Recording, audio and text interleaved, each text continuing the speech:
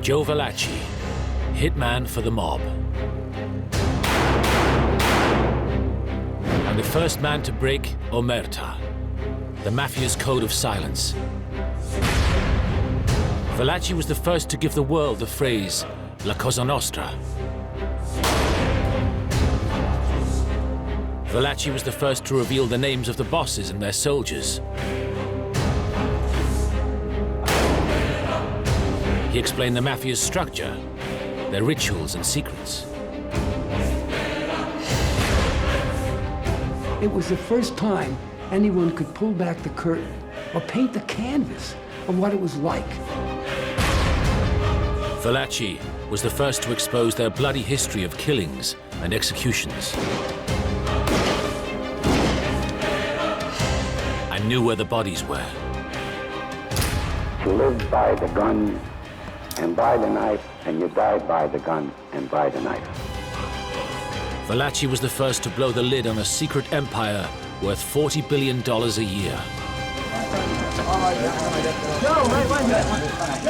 And his revelations would change the nature of the battle between the FBI and the Mafia forever.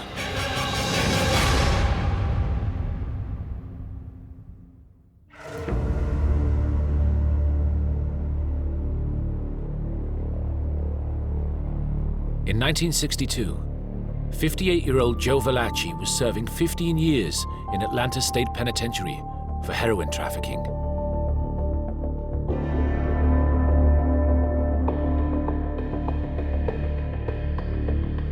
And inside with him was his Mafia boss of 30 years, Don Vito Genovese, head of one of the most powerful crime families in America. Joe went back a long time with Vito. He was in one of Vito's crews, so they knew each other very well, and he always thought he was in Vito's good graces. But Vito was a homicidal maniac. One day, Vito Genovese arranged for Valachi to be his cellmate. Genovese could do this because he controlled the prison wings with fear and intimidation.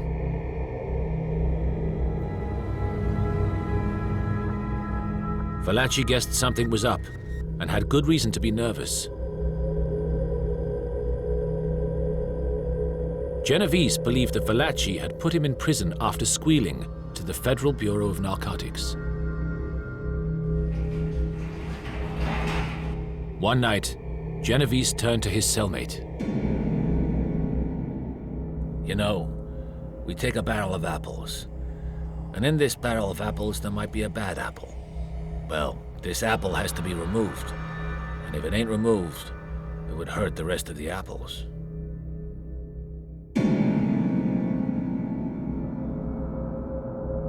Then, Genovese walked over to Valachi and kissed him on the cheek. It was the Mafia's kiss of death.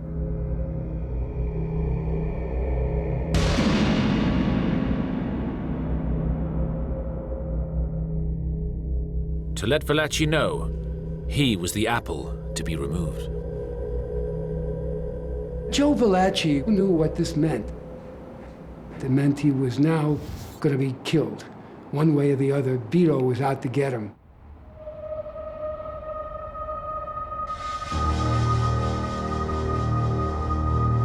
Consumed with fear, Valachi saw hitmen everywhere.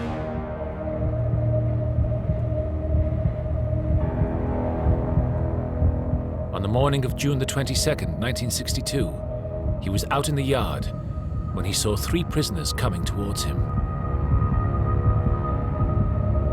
Thinking they had been sent by Genovese to kill him, he picked up an iron pipe left by construction workers and braced himself for the attack. Then, another inmate approached him. Valachi swung into action.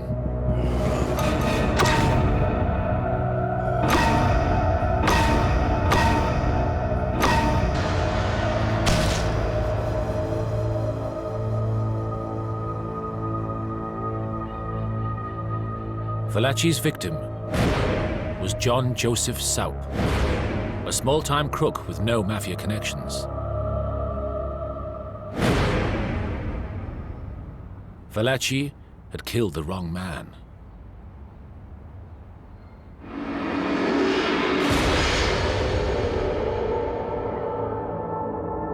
And he was now facing the death sentence for murder. Here he is, he's trapped, there's no way out for him. So he sends word to the federal authority that he's willing to sing, become a canary. To save his skin, Valachi got word to the US Justice Department that he was willing to talk about the Mafia.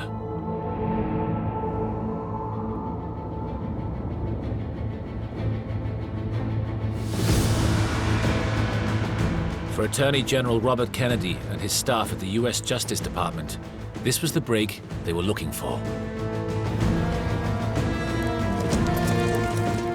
Since becoming Attorney General in 1961, Kennedy had pursued a vigorous attack against organized crime.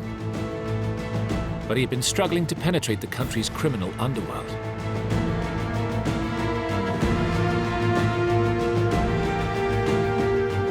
Now, for the first time in the history of the Mafia, an insider was willing to talk.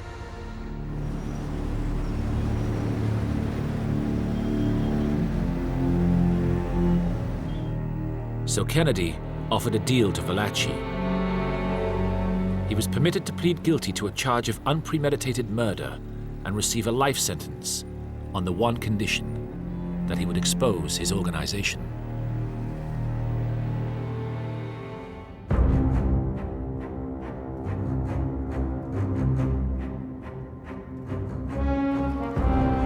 On July the 17th, 1962, Valachi was secretly taken out of Atlanta prison and flown to Westchester County Jail, just outside New York.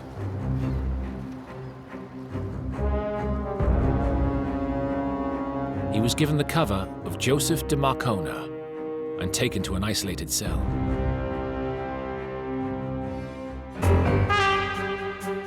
FBI agent James P. Flynn was sent to interrogate Valachi and find out what he knew. Flynn came in and he was tough. He told Valachi, listen, either you tell us what we want to know, or you're no value to us and there's no deal involved.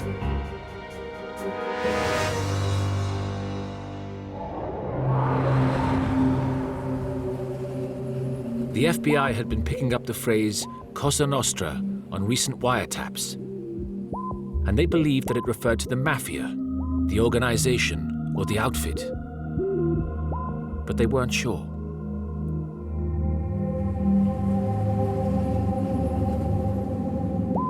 To get Valachi to loosen his tongue, he played a trick on him. Flynn bluffed Valachi. He said, what, we know all about Cosa Nostra. Thinking the FBI had a deeper knowledge of the Mafia than they actually did, Valachi began to talk. And he, for the first time, revealed what it really meant.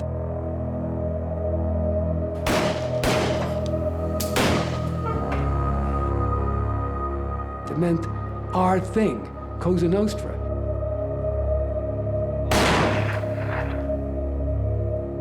And he told Flynn, we never call ourselves Mafia. Flynn started to pump Valachi for names, dates, and information.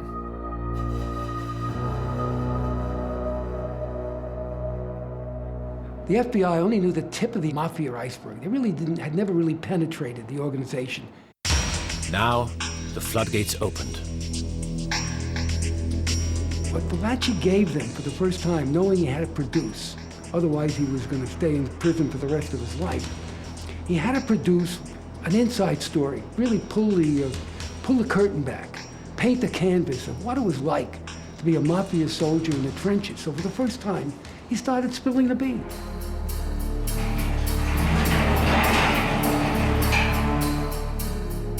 Valachi began to reveal the organizational structure of the Mafia.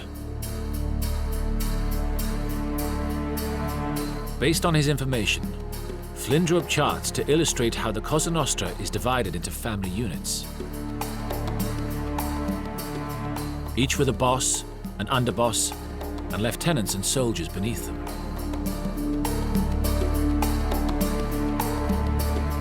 It seemed to the FBI and everybody else that he was a Rosetta Stone. He was telling them the secrets. The hieroglyphics were now exposed. Valachi told Flynn that these Mafia families extended across America, from Boston to San Francisco. And for the first time, the FBI got a picture of the Mafia's enormous scope and activities.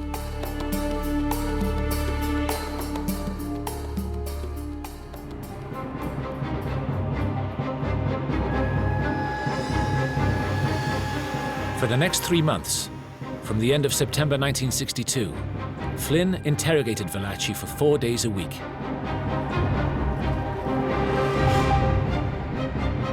An average session would last about 3 hours, and then Valachi would become irritated and difficult to handle.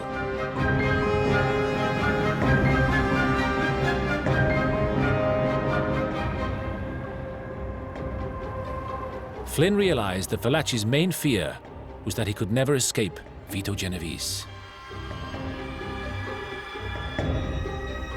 Scarcely a day went by without some reference to his former boss. At times, Valachi would lose courage altogether, thinking he was going to die. What good is it that I'm telling you? Nobody'll listen. Nobody'll believe. You know what I mean?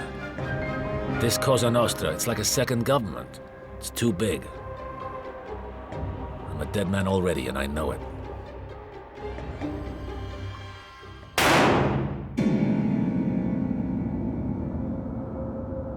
Valachi was right to be worried.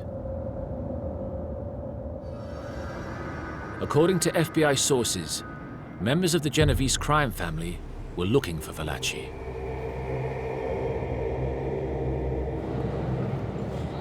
From his cell, Vito Genovese had put a price tag of $100,000 on Valachi, and now the mob had traced him to the New York area.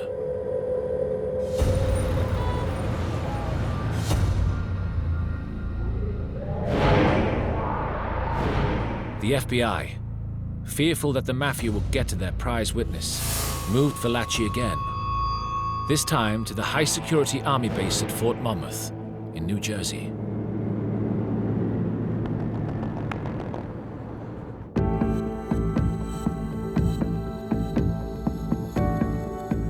By the spring of 1963, Valachi wanted to go public and was keen to expose the powerful criminal organization that he blamed for ruining his life.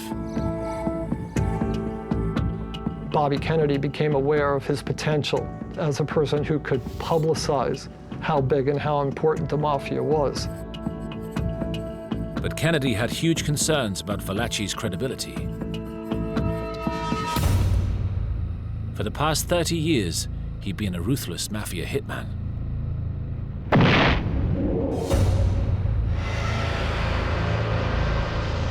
According to the Justice Department, he had at least 33 murders under his belt, and was also now singing for his life. How could anyone be sure that Valachi was telling the truth?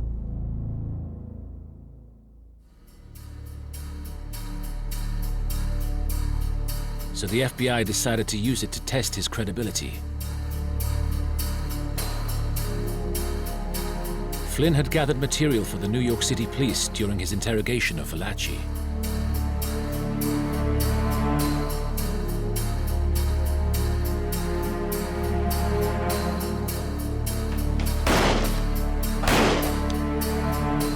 The police department had struggled with 30 years of unsolved murder cases, dating back to the Mafia gang wars and the subsequent Cosa Nostra power struggle.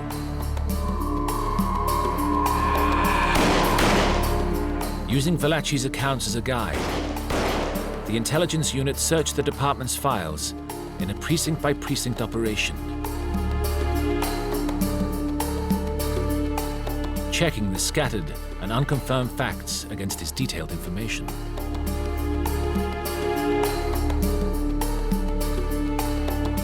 They found that Valachi's version of the gang slayings and killings, including the dates, locations, and the circumstances, could all be verified.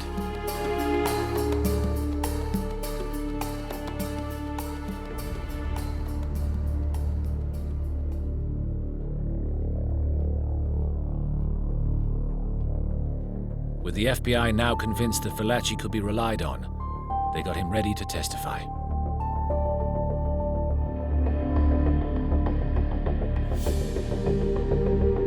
In September 1963, Valachi was flown to Washington to face an investigating Senate committee on organized crime across America.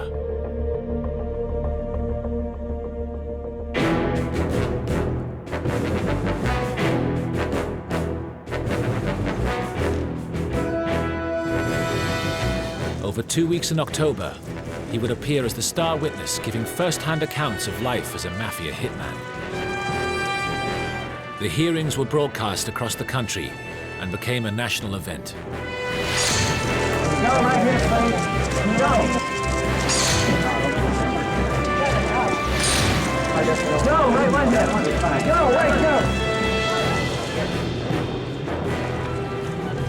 The United States is a new country. We don't have mythology the way older countries had. We had cowboys and Indians, and we had racketeers. This was a way for people within the country to look at all those movies that they had seen before about the underworld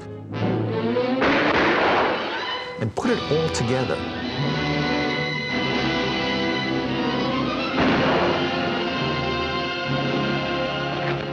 I think the public was fascinated by it.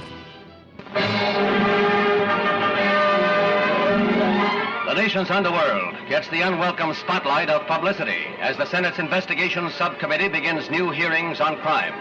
Arkansas Senator McClelland is at the helm. Attorney General Robert Kennedy paints a grim picture of the rise of lawlessness under the Cosa Nostra, or Mafia. This he describes as the government of organized gambling, narcotics peddling, extortion, racketeering, and controlling of certain trade unions. He says the income runs into billions.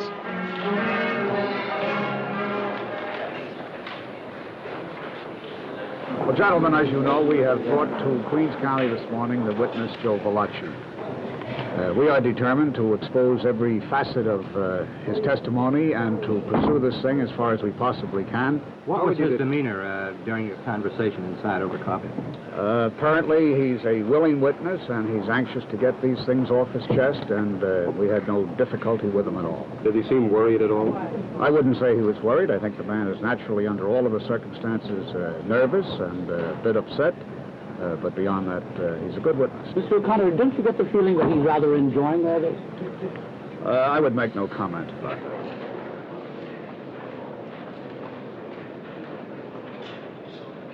As the hearings got underway, Valachi was asked why he had murdered another inmate in Atlanta prison.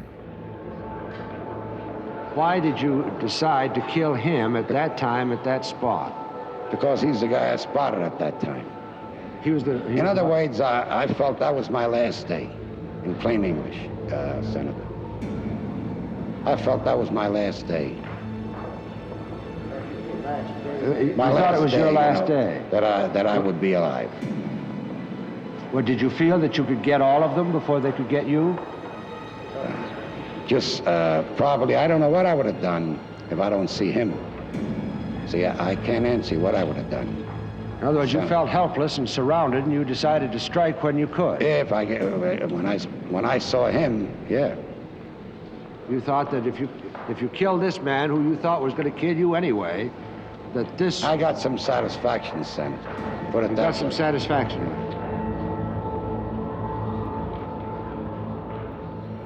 Despite all the razzmatazz surrounding this public event, Valachi's testimony was a stark reminder that he was a cold-blooded killer.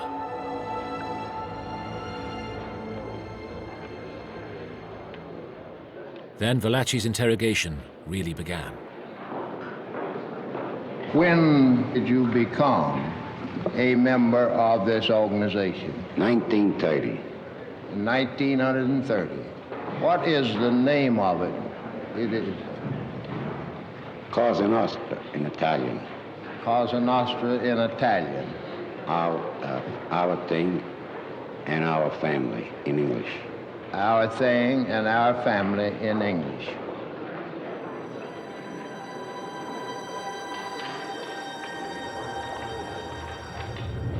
Valachi then revealed how he came to join the Mafia.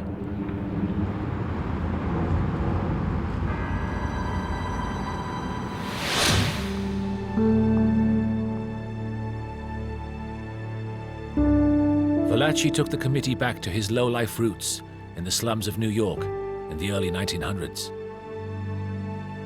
His parents were from Naples, and they had 17 children. Only 6 survived. By the time he was 18, he was the driver with a notorious gang called the Minutemen. They robbed hundreds of clothing and jewelry stores between 1919 and 1923, smashing shop windows and grabbing whatever they could before the cops came. But one day they were caught, and Valachi was sent to the infamous Sing Sing prison on the Hudson River.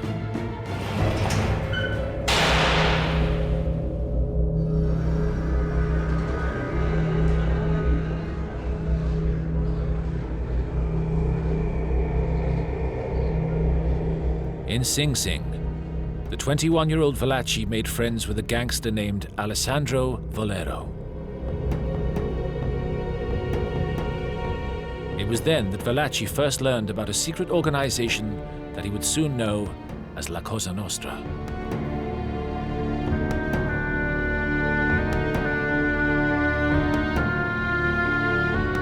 And Valachi wanted to be a part of it.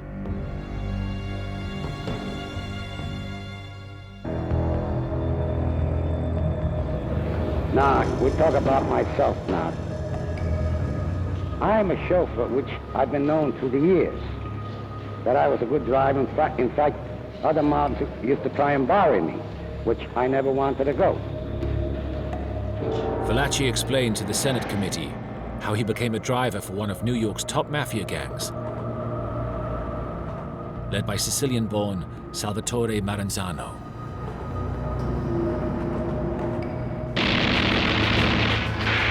It was 1929, and Maranzano was locked in a bloody power struggle with his rival, Giuseppe Masseria. Valachi made it known to Maranzano that he wanted in. And as a test, he was sent as the driver on a contract to murder one of Masseria's top henchmen.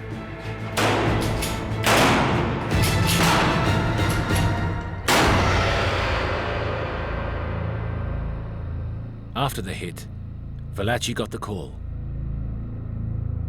He was going to be a made man or a soldier in the Mafia.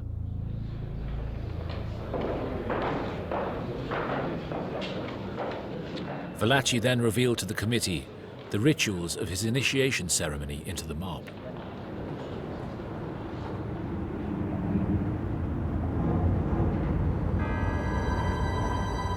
Valachi described how he was driven to a country house about 90 miles from New York.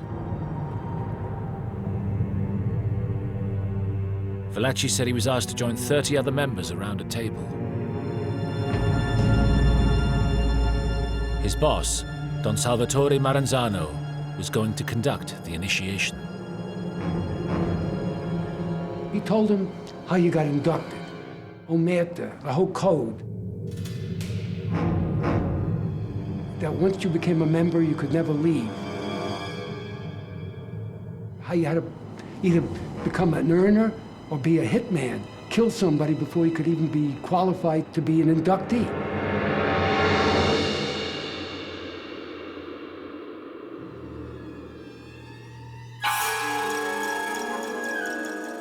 Valachi then revealed to the Senate committee the secrets of the Mafia's blood and fire initiation ceremony into the mob.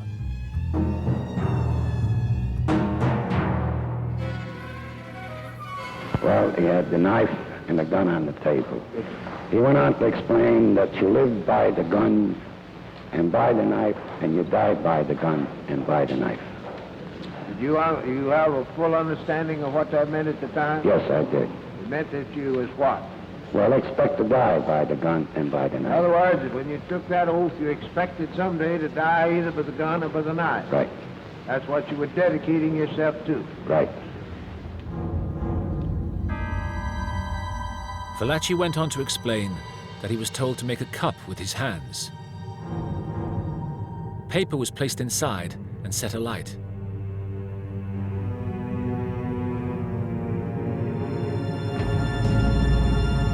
He was then asked to move it from side to side and told that he would burn like the paper if he betrayed the secrets of the Cosa Nostra.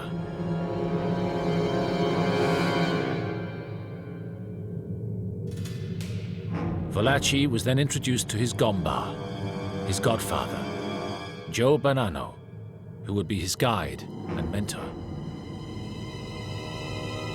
Bonanno asked Valachi for his trigger finger.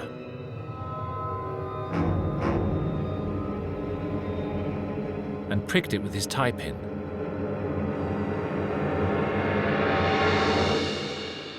He then pricked his own and placed it against Valachi's. Maranzano then announced that they are all family now.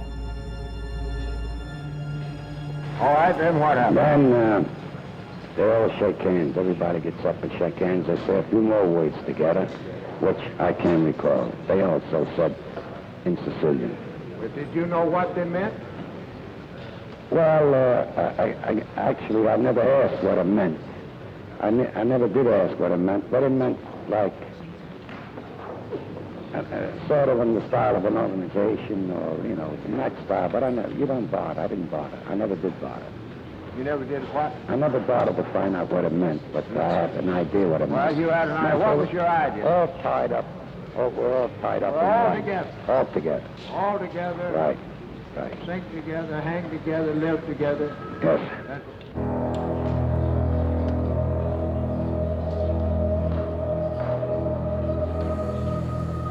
Valachi's revelations explained why this secret organization had managed to remain hidden for so long.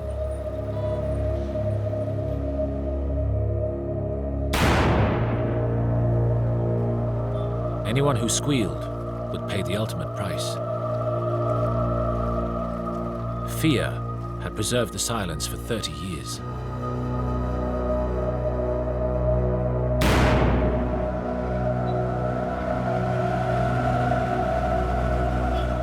Now, Valachi had broken that silence forever. Senator, can I say something, Senator? Yes. As to what I'm telling you now, I need to go no further to say nothing else. This is what I'm telling you, what I'm exposing to you and the press and everybody. This is my doom. This is the promise I'm breaking. That even if I talk, I should never talk about this, and I'm doing so. The mob, of course, was horrified. And, you know, in the past, they had been able to reach people in prison and kill them. And they thought somehow if they offered enough money, somebody would be willing to try to bump them off. With Genovese's contract of $100,000 hanging over Valachi's head, there were now real fears of a direct attack on the Senate hearings. What can you tell us about this threat, Jim? Well, over the weekend we received information from the FBI that their information was to the effect that the bomb would be placed in the room this morning, and also that there might be one or several persons here with guns who would attempt to assassinate the witness. Now, what precaution did you take? I don't think we ought to talk about it. How about Mr. Valachi? Did you tell him about it? No, we didn't. Well, there was supposedly a report that somebody's been trying to shoot you or put a bomb in here or something. Where'd they get that? What do you think about the Yankees and the Dodgers the other day? I don't know anything about it. How do you feel about it? I feel I'm in the same position from the beginning. I'm hot from the beginning. You understand what I mean? Don't make any difference.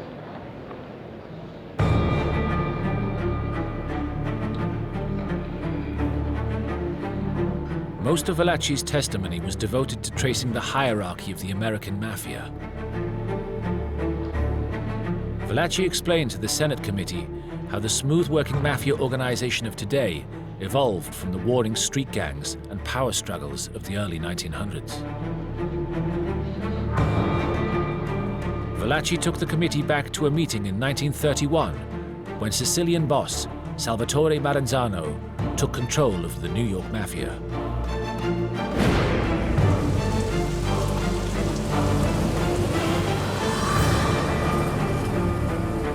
Valachi told how Maranzano laid out his grand plan to an audience of 400 mobsters. That the gangs of New York would now be organized into 5 families to control the boroughs of the Bronx, Brooklyn, Manhattan, Queens, and Staten Island. Valachi told how Maranzano had declared himself the absolute ruler. He would be the boss of all bosses, and if anyone disagreed, they would be killed.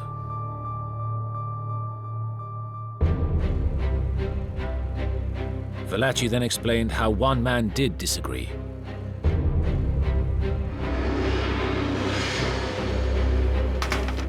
And he revealed how Charles Lucky Luciano had Maranzano executed.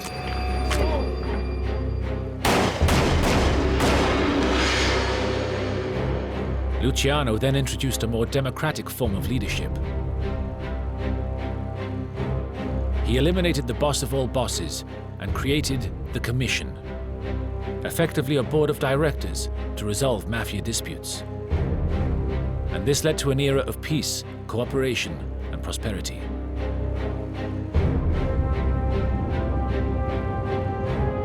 Valachi then named the present leaders of the 5 New York families.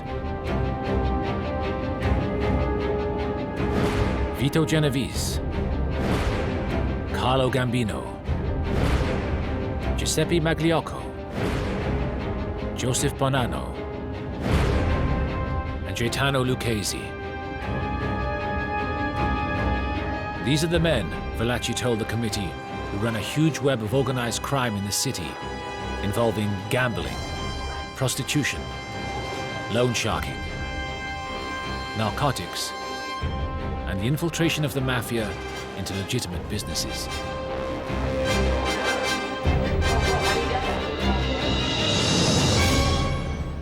About how many soldiers would usually be under a boss?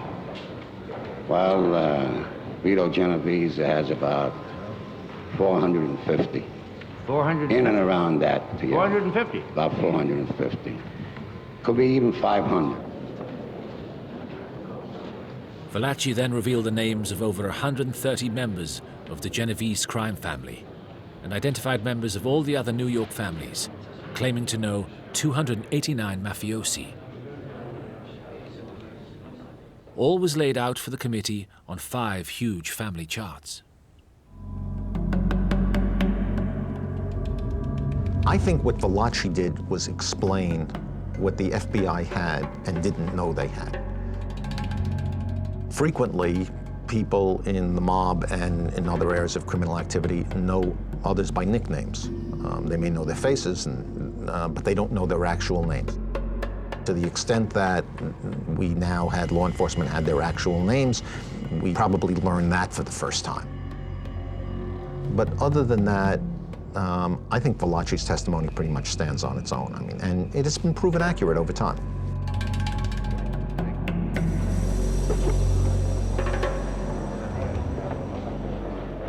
Those that you have been able to identify in the 5 families, you have marked with stars up on these charts. Yes.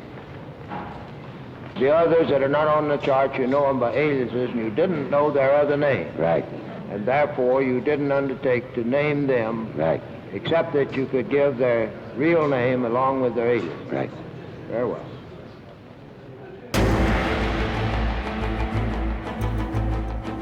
He was the one who exposed it all.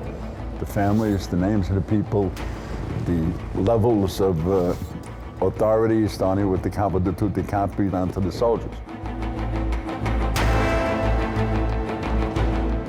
But there were some critics skeptical of Valachi's testimonies, believing that as a foot soldier, he wouldn't have been privileged to any information relating to Cosa Nostra's inner circle.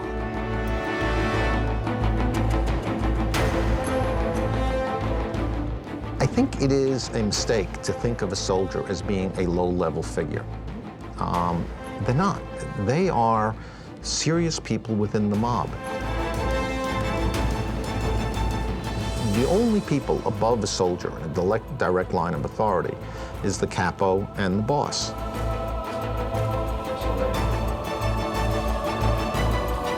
So the soldier is a person high up in the mob by the very nature of being admitted to the mob. They are given mob secrets. They are told about what has occurred.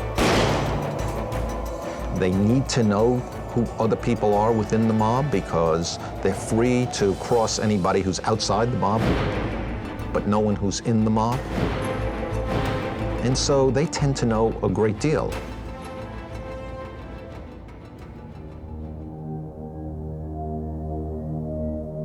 Valachi used his testimony to get back at Genovese.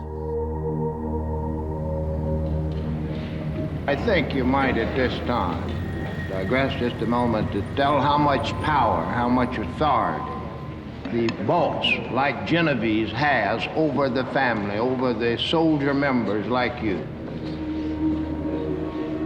Senator, I happen to know Vito's power.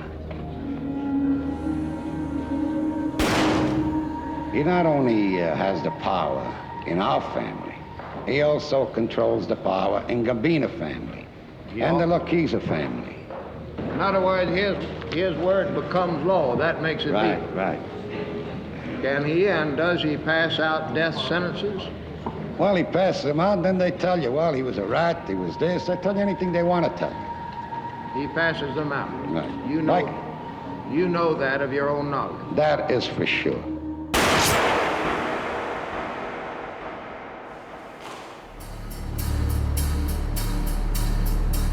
Valachi's testimony was a goldmine. He confirmed Cosa Nostra was the Mafia. He revealed the names of the bosses and their soldiers. He explained their structure, their rituals and secrets. He exposed their bloody history.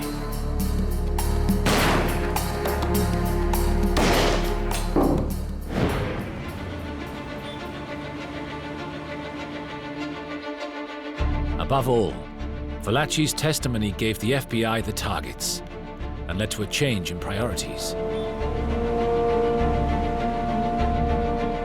By 1963, the FBI's New York office had increased the number of its agents specializing in organized crime from 4 to 140.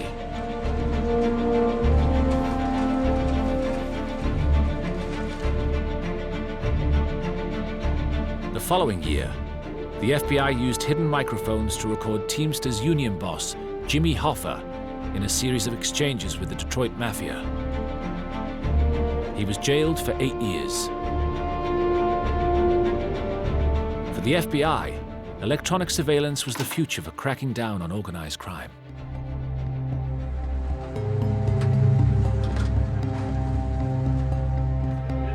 I remember as a young agent, as a young organized crime agent in the early 1970s, all over the country we did wiretaps of the interstate gambling operations that flourished and were controlled by the Mafia. We made thousands of arrests and broke up hundreds of large gambling combines in an effort to choke off the flow, one of their great sources of money. Thanks to Valachi's revelations, the FBI's campaign against the Mafia progressed to a new level.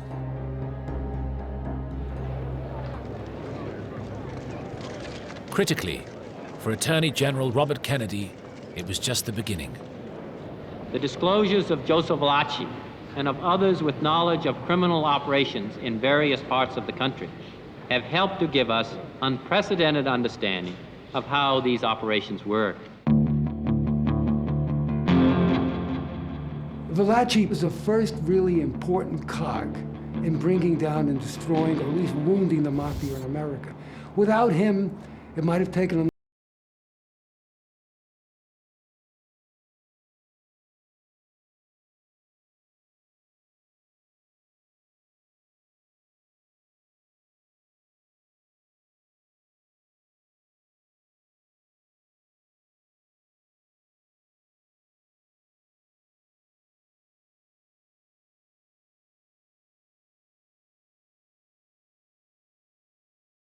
outlet of the District of Columbia Jail in Washington, where he had been kept.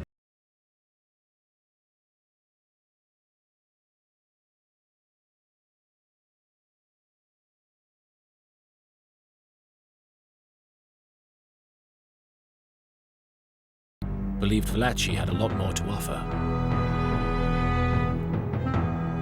Bobby Kennedy realized that there was a gold mine in him. So what he did was said, why don't you write your memoir, everything you can remember about the Mafia? Over 13 months, Valachi painstakingly produced more than 300,000 words on notepads from his cell in Washington. He had been there from the very beginning of the modern Mafia, and it was a unique day-by-day portrayal over a 30-year period of his life as a hitman.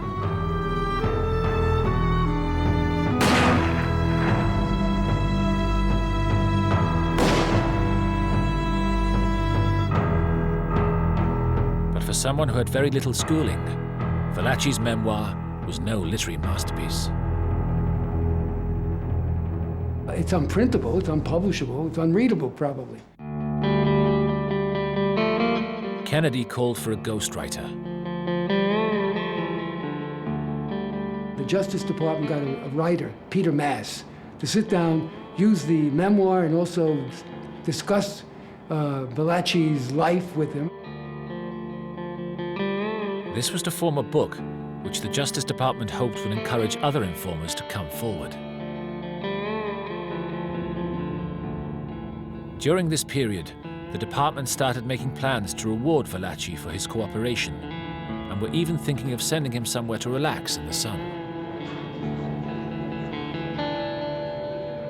Bobby Kennedy had some wild scheme that maybe he could find a girlfriend or bring Valachi's wife and put him on some desert island where he could live out the rest of his life.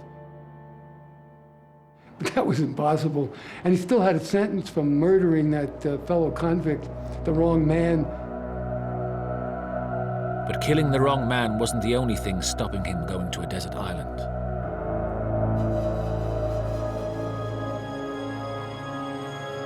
The Italian-American newspaper, Il Progresso, had got hold of Valachi's manuscript and was outraged. It printed a virulent editorial against the forthcoming book, saying it was perpetuating the kind of image of criminality associated with the many Italian names in Valachi's testimony.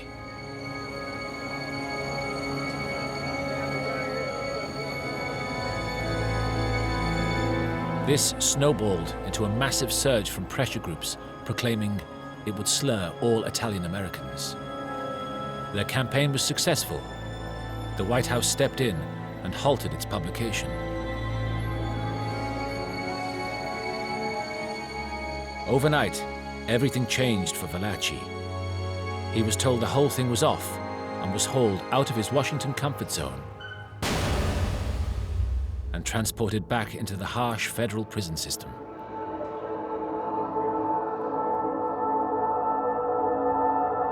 He was placed in a small cold cell in Michigan, where he was to spend the rest of his sentence in solitary confinement. Valachi despaired.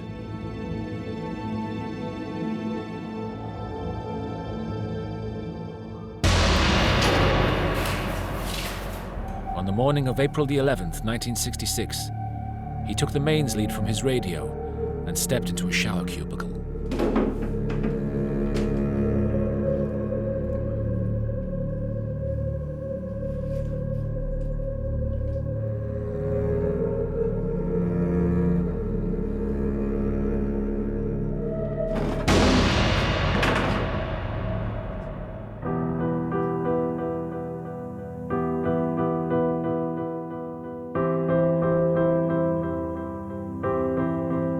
The showerhead was unable to hold Valachi's weight, and he was found collapsed and barely alive on the floor by a guard soon afterwards. The Justice Department realized that they had to look after their prize witness better. They took him out of the unpleasant northern prisons. They sent him to what they considered the best place for him, a place called La Tuna, near the Mexican border in Texas. and they gave him a suite where he had a kitchenette and he had a better, more comfortable bed. They tried to make life as convenient and comfortable as possible. Whenever the Justice Department now gets a real top-notch defector, they send him to what is called the Valachi suite.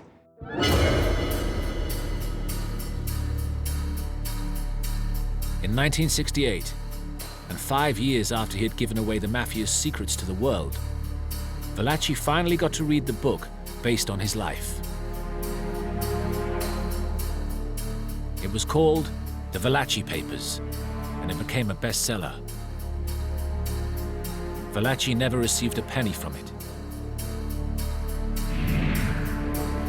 The book was turned into a feature film in 1972. Valachi was played by Charles Bronson.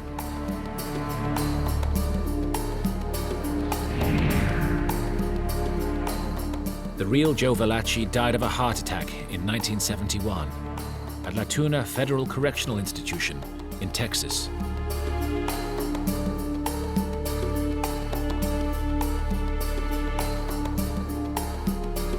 He outlived his Mafia boss, Vito Genovese, by 2 years.